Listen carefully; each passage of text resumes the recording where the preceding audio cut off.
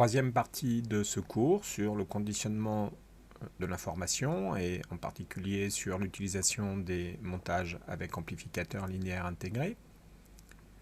J'avais terminé la partie précédente en vous demandant de regarder un petit peu quels étaient les montages qu'on pouvait voir comme identiques. Alors le montage 2 par exemple ici avec une entrée VE qui arrive directement sur l'entrée non inverseuse de l'amplificateur opérationnel et une résistance entre la sortie et l'entrée inverseuse et une résistance entre l'entrée inverseuse et la masse. Alors on retrouve ce montage ici, l'entrée VE est sur l'entrée plus, la résistance ici R1 qui va à la masse, la sortie VS. On retrouve également ce montage ici, VE qui arrive sur l'entrée non inverseuse, voilà encore une façon différente de le représenter. Et c'est également ce montage ici. Voilà. Le montage 6, on le retrouve deux fois, à la fois le huitième, c'est le même, avec la tension VE qui arrive sur la résistance R2 et l'entrée non inverseuse directement reliée à la masse. Voilà. Alors, on va étudier ces montages, qu'on va appeler montage linéaire. Je reviendrai sur la fin du chapitre sur la façon de différencier les montages linéaires et non linéaires.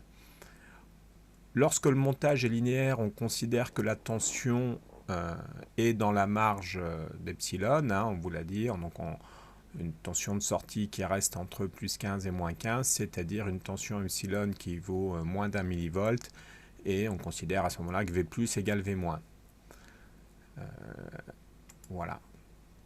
Alors le montage le plus simple, c'est le montage qu'on appelle le montage suiveur. Alors celui-là, il s'étudie tout simplement.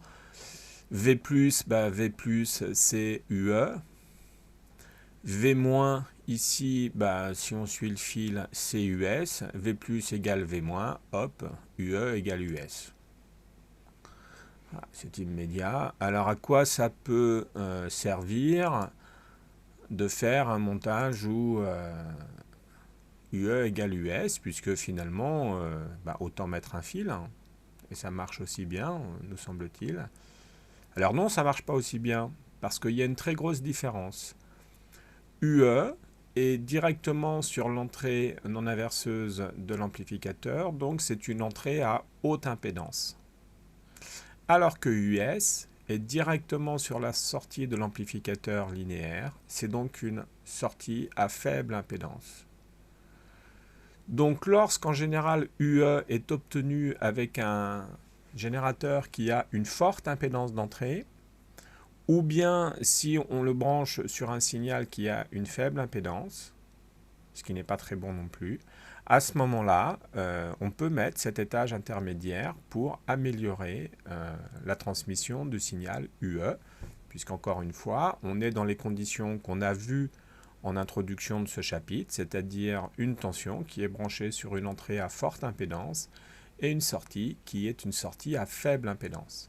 Donc c'est un montage qui va être utilisé pour faire de l'adaptation d'impédance ou de la transmission de signal ici lorsqu'il n'y a pas besoin de modifier les valeurs de US par rapport à UE. Alors c'est très souvent utilisé ce petit montage là, on le voit très souvent utilisé, et la question qui suit quasiment l'utilisation de ce montage qui s'étudie en 2 secondes, c'est à quoi ça sert. Donc à quoi ça sert? C'est un montage pour adapter les impédances. On a généralement soit une source UE qui est à forte impédance, soit UE est connectée à une entrée à faible impédance, ce qui fait qu'on voudrait tirer sur UE un courant supérieur à ce qu'il est capable de fournir. On verra des exemples, quand on fera la partie TD, on verra des exemples de ce montage. Attention, lorsqu'on a quand même des faibles valeurs de UE, lorsqu'on a un terme au couple, à ce moment-là, les imperfections de l'ampli-op peuvent prendre le dessus, et il faudra faire attention au choix de l'amplificateur linéaire intégré qui peut être délicat. Donc on parle des tâches tampons par exemple, ou buffer, ou d'adaptation d'impédance quand on est sur ce genre de montage. Le montage inverseur, alors c'est un des 2 montages qu'on a vu en introduction de ce chapitre, qui était dessiné plusieurs fois. C'est un montage extrêmement classique. On va l'étudier par Millman. Alors si on l'étudie par Millman, il faut donc déterminer le potentiel V+, et le potentiel V-. Dans un premier temps, le montage est linéaire, donc on a V+, V+, c'est 0, hein. Ça tombe tout de suite. Par contre, V-, eh ben on va appliquer Millman. Alors à ce nœud-là, sur V-, qu'est-ce qui arrive? J'ai une tension UE qui arrive avec R1, et j'ai une tension US qui arrive avec R2. Donc lorsque j'écris Millman, donc là il faut se référer au petit bout de cours qui correspond à Millman, j'écris que UE sur R1 plus US sur R2, le tout divisé par 1 sur R1 plus 1 sur R2, égale V-. Ensuite on va écrire que V+ égale V-, or V+ égale 0, donc ça veut dire que V- égale 0, donc je peux supprimer mon dénominateur puisque ça veut dire que le numérateur est nul. Le numérateur est nul, du coup, vous voyez, on sort US de l'autre côté, donc, ou UE de l'autre côté, et on a US, tout de suite, ça arrive qui vaut moins R2 sur R1 UE. On fait donc un montage inverseur, ou plutôt amplificateur inverseur, et on peut avoir la valeur de gain que l'on souhaite par le choix des résistances R2 sur R1. Avec tout de même quelques petites limitations, il faut toujours prendre garde au fait, faire attention au fait que US ne doit pas sortir de plus 15, moins 15 volts, donc on ne peut pas faire, par exemple, on ne peut pas partir de 10 volts et multiplier par 100 et obtenir 1000 volts, hein. Ça c'est pas possible, on s'arrêtera très vite à 15 volts. Et on ne peut pas non plus avoir un gain supérieur au gain de l'ampli-op. Donc ça ne sert à rien de faire des rapports R2 sur R1 qui soient supérieurs à 100 000. On essaye d'ailleurs de rester éloigné d'un facteur 100 de ce gain. Et si on doit avoir des gains très élevés, on va mettre plusieurs montages en série pour avoir des gains qui sont multipliés, hein. Il suffit de mettre un deuxième montage amplificateur. On fait attention au signe moins. Donc si on veut un gain positif, c'est pareil, on peut mettre deux amplificateurs en série et puis équilibrer les gains sur les deux amplificateurs. Voilà, donc le choix des résistances R1 R2 permet d'insérer un gain ou une atténuation. Effectivement, on peut avoir un gain plus petit que 1. Notez, hein, si R1 est plus grand que R2, je peux atténuer, donc je peux passer là facilement de 200 volts à 2 volts, hein, avec une division par 100 en ayant une résistance R1 qui est 100 fois plus grande que R2. Je terminerai ce cours sur des discussions sur le choix de R1 et R2, puisque vous voyez là, si j'avais un gain à faire, j'ai une relation entre R1 et R2, alors ça ne me permet pas de choisir R1 et R2, donc je peux avoir 1 ohm, 10 ohms, 100 ohms, 10 mégaohms, qu'est-ce que je prends? Alors la fin du chapitre sera dédiée un petit peu aux éléments supplémentaires qui me permettent de cadrer plus précisément le choix des résistances R2 et R1. On verra ça également aussi en TD, hein, sur les amplificateurs quand on a des choix de résistance à faire. Alors, second montage qu'on va étudier de la même façon par une utilisation de Millman. Le montage en inverseur. Alors ici, on a UE qui arrive directement sur V+. V+ égale UE. On va utiliser Millman pour calculer V-. Donc V-, alors regardez ici, il y a une petite subtilité, hein. V-, j'ai donc 0 volts ici. Donc je le mets dans un premier temps parce qu'il ne faut pas l'oublier. 0 divisé par R1, donc c'est clair que ça fait 0. Hein. Et US divisé par R2. Voilà le deuxième point qui arrive à V-. Et du coup, j'oublie pas que j'ai 1 sur R1 plus 1 sur R2. Et V-, c'est V+, et c'est pas 0. Donc du coup, on peut un petit peu écrire ça différemment pour éviter d'avoir des grandes fractions. On va multiplier par R1, R2, le numérateur et le dénominateur. Et à ce moment-là, j'obtiens ici donc R1 US et ici R1 plus R2. Voilà, et ça, c'est égal à V+ égale V-, ça me donne donc immédiatement US égale 1 plus R2 sur R1 fois UE. J'ai donc un amplificateur non inverseur, puisque le coefficient d'amplification est positif. Hein, j'ai pas le choix, une résistance c'est forcément positif. Et ce gain est forcément plus grand que 1. Donc si je veux un gain plus petit que 1, je suis obligé de passer par un amplificateur inverseur. Et si je veux que ce gain soit positif, il me faudra 2 amplificateurs inverseurs pour avoir un signe positif. Moins par moins, ça fait plus. Voilà. Autre montage, souvent utilisé, qu'on va lui aussi étudier par Millman. Donc là, on a V-, V+, hein, donc on va travailler sur ces deux potentiels pour écrire leur valeur. Donc V+, eh ben, c'est U2 divisé par R1 plus 0 divisé par R2 sur 1 sur R1 plus 1 sur R2. Ce qui fait, suivant toujours la même technique de simplification en multipliant par R1 et R2 le numérateur et le dénominateur, R2 U2 sur R1 plus R2. On applique la même technique pour calculer V-. V- c'est U2 sur R1 plus U2 sur R2 divisé par 1 sur R1 plus 1 sur R2. On applique la même technique, R2 U1 plus R1 US. On va égaler V+ et V-. Du coup, j'ai les mêmes dénominateurs. Donc, je vais pouvoir simplifier ces dénominateurs et j'obtiens finalement que R2 U1 plus R1 US égale R2 U2. Alors, j'ai R2 U1, R2 U2. Je passe mon US de l'autre côté et j'obtiens US égale R2 sur R1, facteur de U2 moins U1. Voilà, alors ça c'est quelque chose pareil qu'on obtient assez facilement. On a un montage soustracteur. Si je fais R2 égale R1 ou R1 égale R2, eh ben, j'obtiens US égale U2 moins U1 et je peux affecter un coefficient à cette soustraction. Donc on a un montage soustracteur, amplificateur, etc. On peut voir que quelque part on a la structure d'un inverseur parce que je peux avoir moins R2 sur R1 fois U1 moins U2 puisque voilà, mais bon. Peu importe. On soustrait un petit peu ce qu'on veut. Alors ici, regardons un petit peu ce deuxième montage. V+ égale 0 immédiatement, relié à la masse. Montage qu'on appelle sommateur inverseur. Alors, Millman, ici, il y a du monde. On a U1, U2, U3 et US qui arrivent sur ce nœud.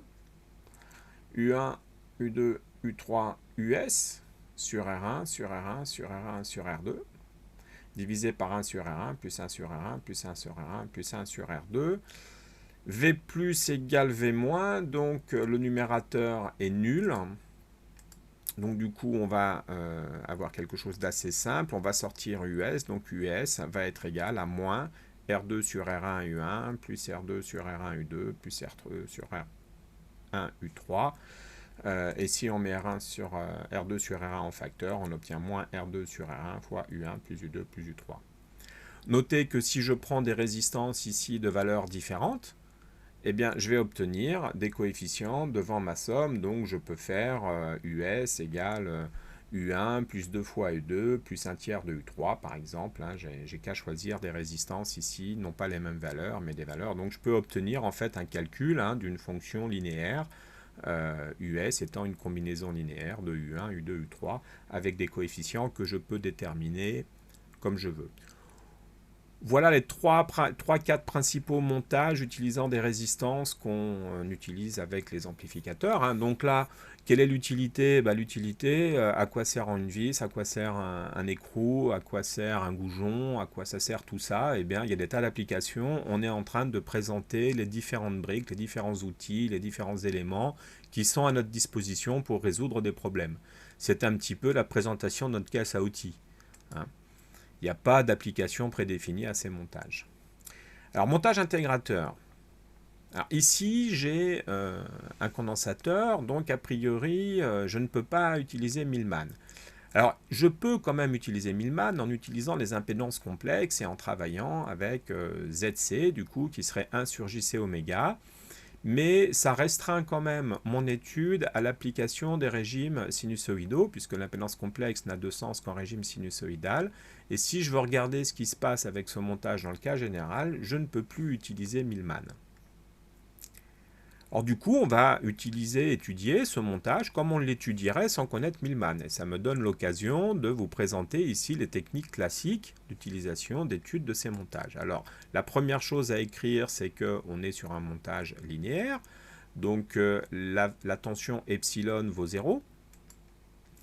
que les courants d'entrée de l'amplificateur opérationnel sont nuls. On travaille toujours avec un amplificateur idéal, hein, c'est ce symbole-là, là, gain d'amplification infinie qui me dit ça. Et du coup, je vais introduire un courant I qui passe dans R1. Ce courant I, comme le courant de l'entrée inverseuse est nul, c'est aussi le courant qu'il y a dans C. Et aux bornes de C, j'ai une tension que je peux appeler VC, qui est la tension en borne du condensateur. Alors si je néglige effectivement ce courant I- de l'entrée inverseuse, le courant est dans le même pour R et C. Donc la relation aux bornes du condensateur va s'écrire I égale C d de VC sur dt, hein, si j'essaye de relier I et C. V plus égale 0, par conséquent V moins égale 0, et donc je peux écrire deux lois des mailles, une maille qui passe comme ça. Alors cette maille va me dire que UE moins R1 I égale 0, et sur la deuxième maille, je vais avoir que US plus UC égale 0. U2 moins R1I égale V moins égale 0, et VS plus VC égale V moins égale 0. D'accord? V plus égale V moins de toute manière. Voilà. On prend tout ça, donc ça c'est le résultat qu'on avait obtenu. Lorsque je remplace I dans I ici, j'obtiens donc que UE moins RC d de VC sur dt égale 0, et d de VC, finalement, quand je regarde, c'est moins d de US sur dt, et donc j'ai plus qu'à combiner un petit peu tout ça, hein, parce que si je dérive cette expression, j'obtiens d de US plus d de VC égale 0, et donc ici, j'ai qu'à remplacer d de VC par moins d de US sur dt.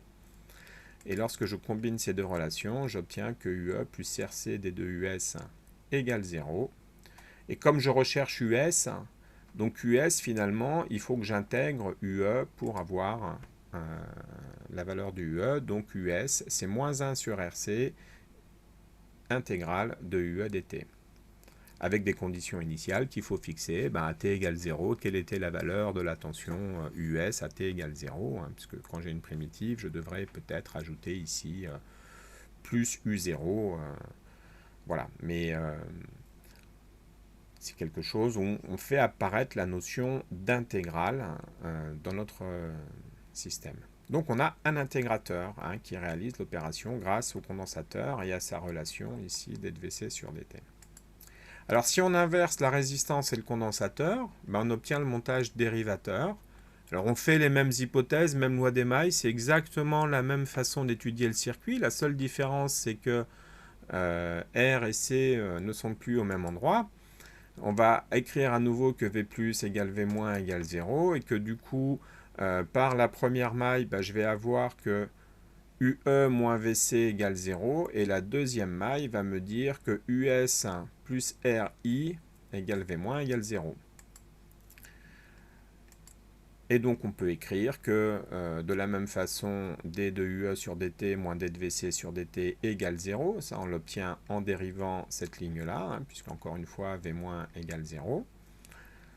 Et donc du coup, d de UE sur dt égale moins I sur C. En combinant ces deux relations, il nous vient immédiatement que US égale moins RC d de UE sur dt. Voilà notre montage dérivateur. On a bien US qui est la dérivée de UE.